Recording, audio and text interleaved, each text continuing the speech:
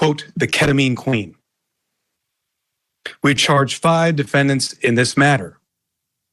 These defendants took advantage of Mr. Perry's addiction issues to enrich themselves. They knew what they were doing was wrong. They knew what they were doing was risking great danger to Mr. Perry, but they did it anyways. In the end, these defendants were more interested in profiting off Mr. Perry than caring for his well-being. I'm going to talk about the indictment, the allegations, and the charges in more detail. On October 28, 2023, Mr. Perry was found deceased in his home.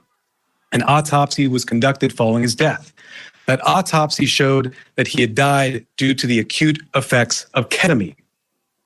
Ketamine is a controlled substance. It has some legitimate uses, but it is also used illegally. It is used by people seeking to disassociate from reality. It can cause serious health effects, serious health problems, including loss of consciousness, including spikes in blood pressure, and including respiratory issues that can deprive the brain of oxygen. For that reason, it is a drug that must be administered by medical professionals, and the patient must be monitored closely. That did not occur here. This investigation focused on who supplied the ketamine to Mr. Perry. As many of you know, Mr. Perry struggled with addiction in the past. And on many occasions, he sought help for his addiction issues. The investigation revealed that in the fall of 2023, Mr. Perry fell back into addiction, and these defendants took advantage to profit for themselves.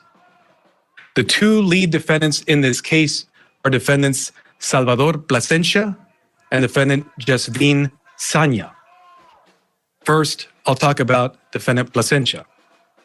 Defendant Plasencia was a medical doctor. He worked with another medical doctor, defendant Mark Chavez, to obtain ketamine. He then worked with Mr. Perry's live-in assistant, defendant Kenneth Iwamasa, to distribute that ketamine to Mr. Perry. Over 2 months, from September to October 2023, they distributed approximately 20 vials of ketamine to Mr. Perry in exchange for $55,000 in cash. Defendant Plasencia saw this as an opportunity to profit off of Mr. Perry. He wrote in a text message in September 2023, quote, "I wonder how much this moron will pay." He also stated in text messages that he wanted to be Mr. Perry's sole source of supply. He wrote in a text message that he wanted to be Mr. Perry's, quote, "go-to for drugs." As a doctor, defendant Plasencia knew full well the danger of what he was doing. In fact, on one occasion, he injected Mr. Perry with ketamine, and he saw Mr. Perry freeze up and his blood pressure spike. Despite that, he left additional vials of ketamine for defendant Iwamasa to administer to Mr. Perry. Of course, defendant Iwamasa had no medical training to speak of. Defendant Plasencia knew what he was doing was harming Mr. Perry. He had spoken to another patient in mid-October 2023, and he told that patient that Mr. Perry was spiraling out of control with his addiction. Nonetheless, defendant Plasencia continued to offer ketamine to Mr. Perry. Likewise, defendant Sanya knew what she was doing was harming defendants and also Mr. Perry. She took advantage of Mr. Perry by selling large amounts of ketamine to Mr. Perry over a 2-week period in October of 2023. She sold approximately 50 vials of ketamine for approximately $11,000 in cash. She worked with a broker, defendant Eric Fleming, and also the live-in assistant, defendant Iwamasa, to distribute this ketamine. Sanya and the broker, defendant Fleming, saw this as an opportunity to profit off of Mr. Perry. In a text message, the broker wrote, quote, "I wouldn't do it if there wasn't a chance of me making some money for doing this." Defendant Sonia sold the batch of ketamine that resulted in Mr. Perry's death on October 28th. Officers later searched defendant Sonia's home. During that search, they found what amounted to a drug-selling emporium. They found 80 vials of ketamine, thousands of pills containing methamphetamine, cocaine, bottles of Xanax and other illegally obtained prescription drugs, and drug-selling paraphernalia, including scales and ledgers. As I mentioned, the defendants in this case knew what they were doing was wrong. When they'd refer to the ketamine, they used coded language. They'd refer to it using terms such as, quote, Dr. Pepper, or quote, bots, or quote, cans. Also, defendants Plasencia and Chavez, as medical doctors, knew full well this was not the proper way to administer ketamine, and they even talked about that in their exchanges. And defendant Sonia also knew that she was doing something that caused great risk to Mr. Perry. In fact, during this investigation, we learned that several years before, in 2019, defendant Sonia had sold ketamine to another customer. That person died the same day. And a family member of that person sent a message to defendant Sonia telling her the cause of death was ketamine. Nonetheless, defendant Sonia continued selling drugs, including ketamine, including the ketamine that ultimately killed Mr. Perry. That other victim was a person named Cody McLaury. He died in 2019. As a result of this investigation, we have filed a drug distribution charge related to the death of Mr. McLaury. After Mr. Perry died, these defendants tried to cover up what they had done. On October 28th, after reading news reports of Mr. Perry's death, defendant Sonia wrote a text message to defendant Fleming saying, quote, delete all our messages. Likewise, after Mr. Perry's death, defendant Plasencia falsified medical records and notes to try to make it look like what he was doing was legitimate. It was not. We filed numerous federal charges against the 5 defendants. These charges include conspiracy to distribute ketamine, distribution of ketamine resulting in death, maintaining drug-involved premises for that drug-selling emporium the defendant Sonia had, altering and falsifying records related to a federal investigation for those false medical notes and records that defendant Plasencia made, and multiple other drug trafficking counts. Of course, the defendants are presumed innocent until proven guilty. The penalties these defendants face are very significant. With regard to defendant Plasencia, the statutory maximum sentence he faces is 120 years in federal prison. And with regard to defendant Sonia, the statutory maximum she faces is life imprisonment. By filing these extensive and serious charges, we are sending a clear message. If you are in the business of selling dangerous drugs, we will hold you accountable for the deaths that you cause. This is nothing new for us. Since 2022, my office has filed over 60 cases against drug dealers who've caused the death of another person. These cases are known as death resulting cases. They are labor-intensive cases, and we work with our law enforcement partners, including ones represented here today, to bring those cases. Our office is a national leader in bringing those cases. They're very important because every victim's life counts. If you are in the drug selling business and you're selling dangerous drugs, you are playing roulette with other people's lives, just like the 5 defendants here did to Mr. Perry.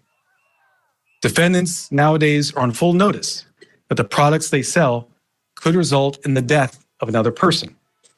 Therefore, if you're in the drug business, and despite these risks, you continue in the drug business, you are pushed by greed to gamble with other people's lives, be advised, we will hold you accountable.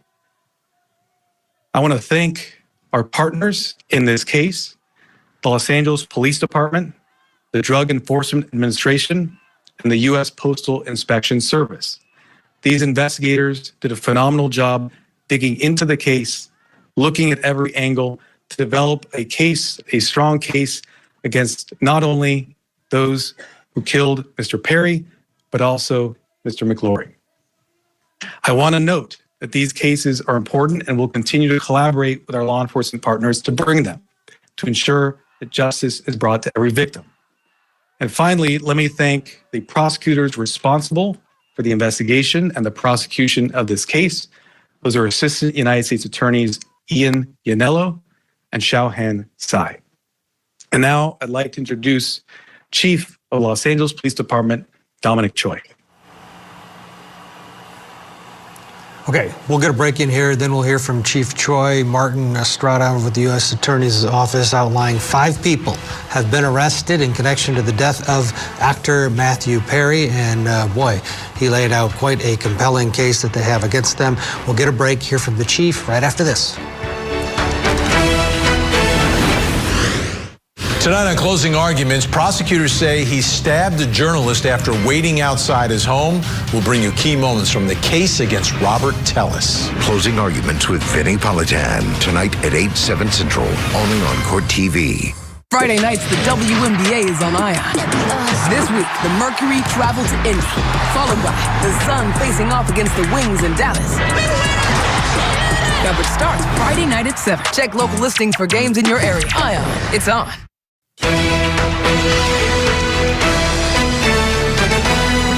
Welcome back to Court TV Live. We are watching this multi-agency news conference out of the city of Los Angeles detailing 5 arrests after their investigation into the death of Matthew Perry. Those 5 include 2 physicians, 2 MDs. One of them, Salvador Plasencia, who, according to the U.S. Attorney, Martin Estrada, wrote in a text message, "I wonder how much this moron will pay," after supposedly selling 20 vials of ketamine to Matthew Perry for $55,000. Let's go back to the press conference. Up next is the Chief of Police of Los Angeles. All right. Good morning, and thank you, Martine. You know, while it's tragedy that brings us all here together, I'm happy to stand here knowing that these dangerous individuals are no longer on the streets and they won't be able to harm anyone else. The Los Angeles Police Department and our partners here today, we're committed to investigating all cases like this. And it's regardless of someone's background or socioeconomic status. And just with all of our cases, this investigation was done impartially. We let the facts drive this investigation. And those facts led us to a group of individuals who were responsible for supplying and distributing to Mr. Perry narcotics that led to his unfortunate and untimely death.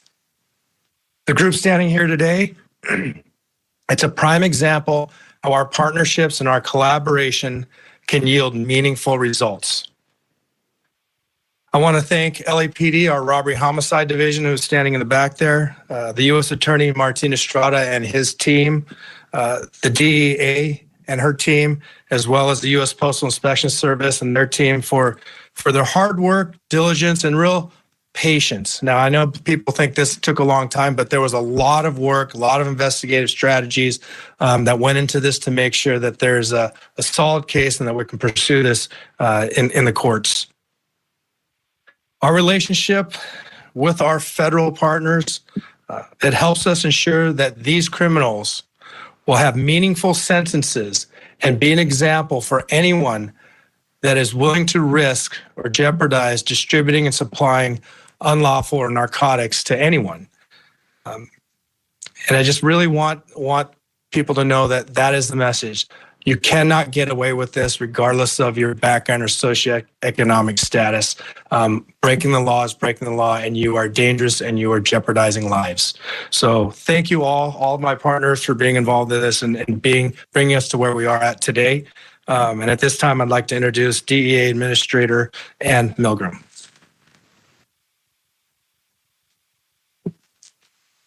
Morning. Today, we announce charges brought against 5 individuals who together are responsible for the death of Matthew Perry. Each of the defendants played a key role in his death. They falsely prescribed, sold, or injected the ketamine that caused Matthew Perry's tragic death. In the United States, most forms of ketamine are only approved by the Food and Drug Administration for anesthesia. A nasal spray version is approved for treatment of depression, but only in a certified medical setting. Here, Matthew Perry sought treatment for depression and anxiety and went to a local clinic where he became addicted to intravenous ketamine. When clinic doctors refused to increase his dosage, he turned to unscrupulous doctors who saw Perry as a way to make quick money.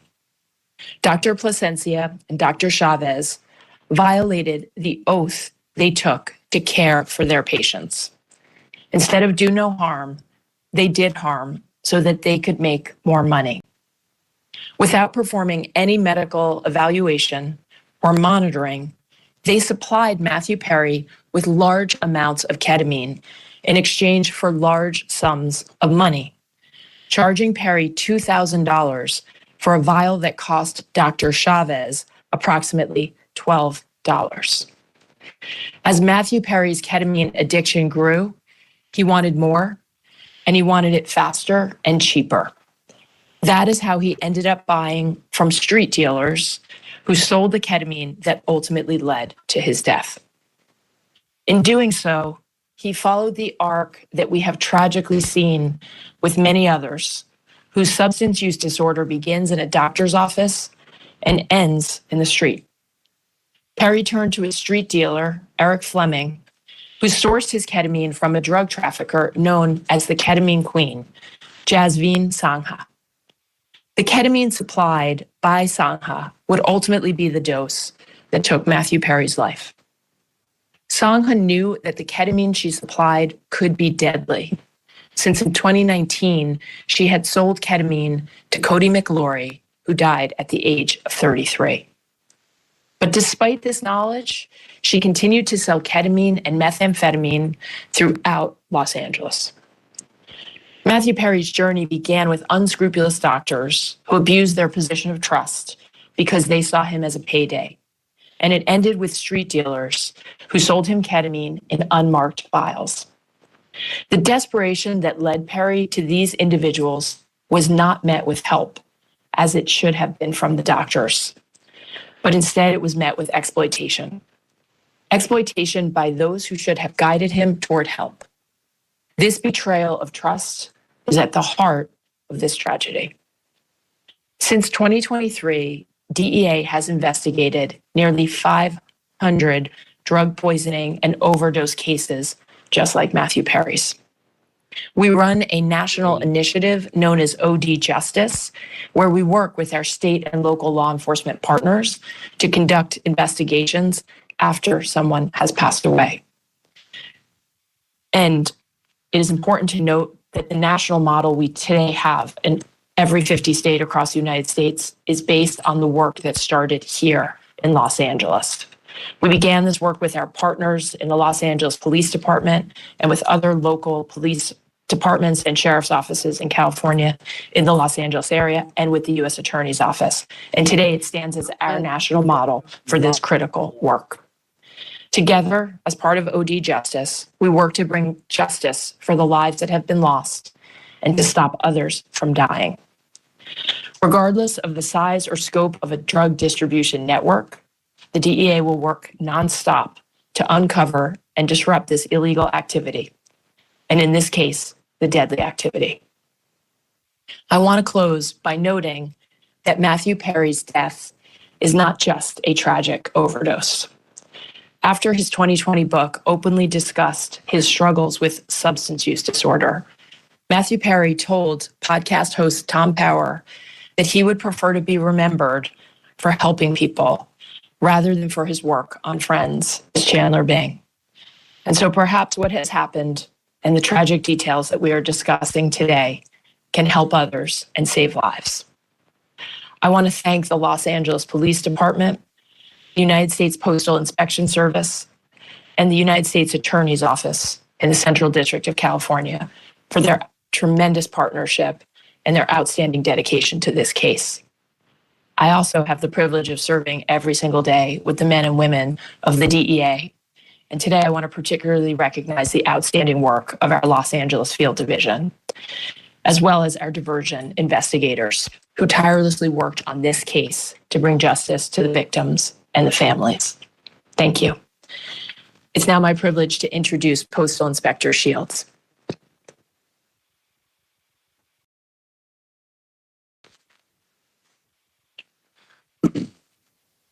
Good morning, and again, welcome. I'd like to thank U.S. Attorney Martin Estrada for his tireless dedication to protecting the residents of the Central District of California and his partnership with the Postal Inspection Service. As the nation's oldest law enforcement agency, the Postal Inspection Service has had a long, proud, and successful history of combating criminals who misuse our nation's postal system and cause harm to our employees and customers. This is our mission. In this case, our agency, in partnership with the Los Angeles Police Department, the Los Angeles Drug Enforcement Administration, and the U.S. Attorney's Office, worked to seize, search, and analyze evidence that has culminated in arrests and a dismantling of the group that is responsible for providing the ketamine and the reported contributed to the death of Matthew Perry. In this case, these individuals knowingly and willfully distributed ketamine to Mr. Perry as he struggled to overcome addiction, which ultimately led to Mr. Perry's tragic demise. Unfortunately, every day in this country, families are grieving for their loved ones lost to drug overdoses. We want these families and the American public to know that the Postal Service will not be an unwitting accomplice to anyone using the U.S. mail to distribute illegal drugs or drug paraphernalia. The Inspection Service continues to work tirelessly to rid the mail of illicit drugs, fight drug trafficking and the associated violence, preserve the integrity of the mail, and most importantly, provide a safe environment to postal employees, customers, and the American public. The Postal Inspection Service is turning the tide against drug dealers. Detecting and stopping their shipments is only the beginning. Tracing illegal drugs back to the source and shutting them down is the ultimate mission. Once again, a tremendous thank you to our partners in federal and state and local law enforcement, as well as the U.S. Attorney's Office, for their continued collaboration and hard work in support of this mission. Thank you.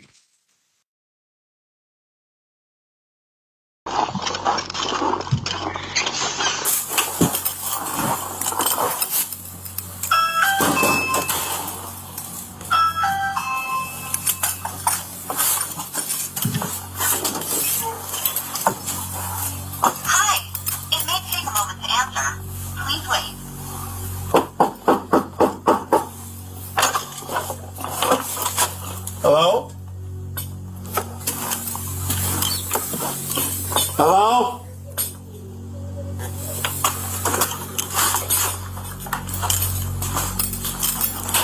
Hello?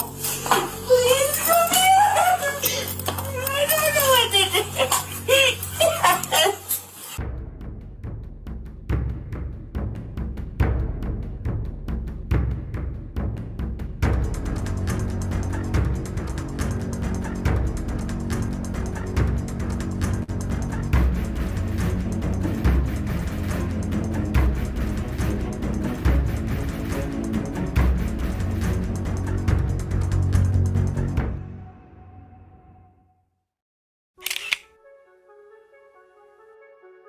It was a frigid and bitter 12 degrees in Dubuque, Iowa on the morning of January 18, 2024.